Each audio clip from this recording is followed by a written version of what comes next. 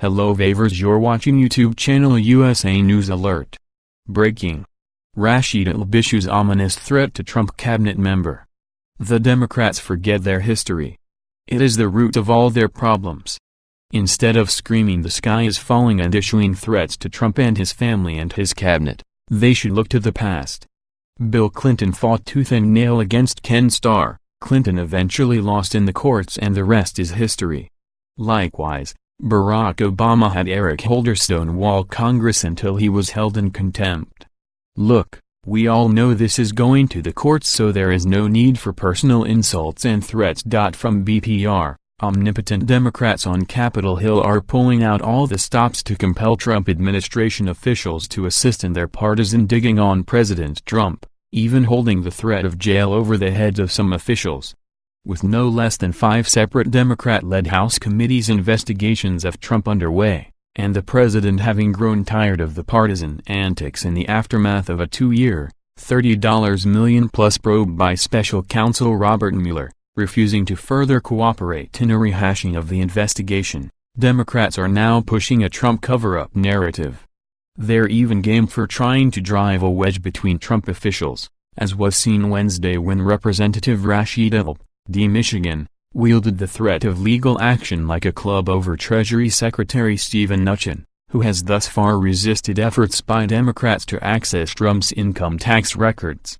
Tlaib, one of the first 2 Muslim women elected to Congress, and a radical, hard-left ideologue, warned Mnuchin that he should seek his own legal advice during a House Financial Services Committee hearing. "Secretary, please seek out legal advice personally, of what your obligations are," Tlaib said. "Because the Department of Justice is not protecting you, it's protecting the president." Apparently, the controversial freshman lawmaker who called President Trump a motherfucker her first week in office, wants Mnuchin to believe that she and her Democratic cohorts are looking out for his best interests. But that's not nearly as condescending as her remark suggesting that the secretary is acting willy-nilly, unaware of what he can or cannot do from a legal standpoint. Tlaib knows a thing or two about trying to control the political narrative, having a lot of experience of trying to divert away from her anti-Semitic actions, and considering her intolerant progressive views, she's the perfect choice to try to bully and intimidate administration officials. Democrats subpoenaed 6 years of Trump's tax returns, and after conferring with the Justice Department, Mnuchin rejected the request on the grounds Democrats lacked a legitimate legislative purpose for the information.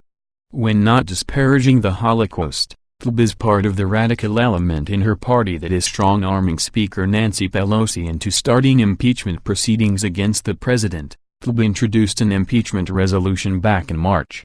As for the treat of jail, Representative Lloyd Doggett, D. Texas not only wants to put Mnuchin in the slammer, but also IRS Commissioner Charles Rettig.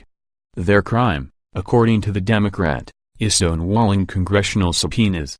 "I believe that there is no legal advice that will stop the lawlessness and lies of this administration, and that is why Congress needs to act firmly now to use every tool it has available to get this information that Trump so fears that the public will see," Doggett told MSNBC's Rachel Maddow Tuesday night.